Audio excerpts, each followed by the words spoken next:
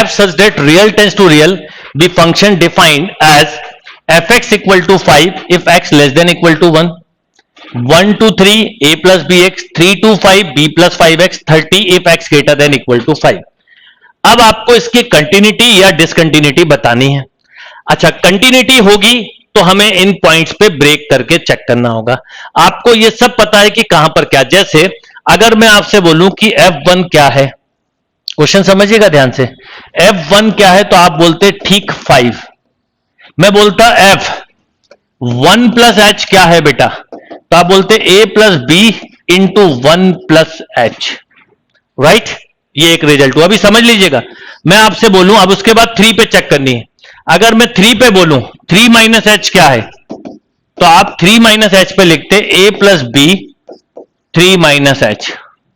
अगर मैं बोलूं 3 क्या है, ठीक 3, तो आप 3 पे ये बोलते 3 पे ठीक बोलते बी प्लस 15, 5 3 जा 15. अगर मैं आपसे बोलूं 5 माइनस एच क्या है, तो आप बोलते 5 माइनस एच पे B plus 5 into 5 minus H. अगर मैं ठीक 5 बोलूं तो आप बोलते 30. ये लॉजिक है. अब इस लॉजिक को थोड़ा सा अगर मेरे तरीके से समझेंगे तो क्वेश्चन जल्दी समझ में आएगा. ये एक कंसेप्ट हुआ, ये एक कंसेप्ट हुआ, ये एक. अगर ए और बी की वैल्यू हम ऑप्शन से भी लें तो हो सकता है, बट हर जगह सेटिस्फाई होना चाहिए. यानी ये 3 पर इसकी कंटिन्यूटी चेक होगी, ये 5 पर और ये 1 पर.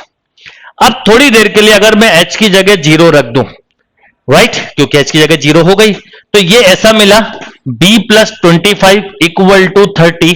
तो b मुझे मिलता है 5. राइट, b मुझे मिलता है 5, b5 इसमें है. ओके, जरा ध्यान से समझना.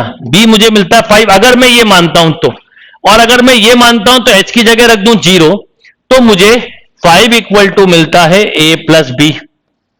राइट, अब सुनिए, इतने में हमारा काम हो गया. यहां पे मिलता है b5. अगर मैं यहां b5 रख दूं तो a मिलता है 0, तो इसका मतलब ये आंसर गलत हुआ. अभी थोड़ी देर के लिए ये तो गलत ही हो गया b10 और a माइनस 5, क्योंकि अगर b10 यहां रखता हूं a माइनस 5 तो ये सेटिस्फाई हो रहा है, बट ये नहीं हो रहा है. ये भी खत्म बेटा.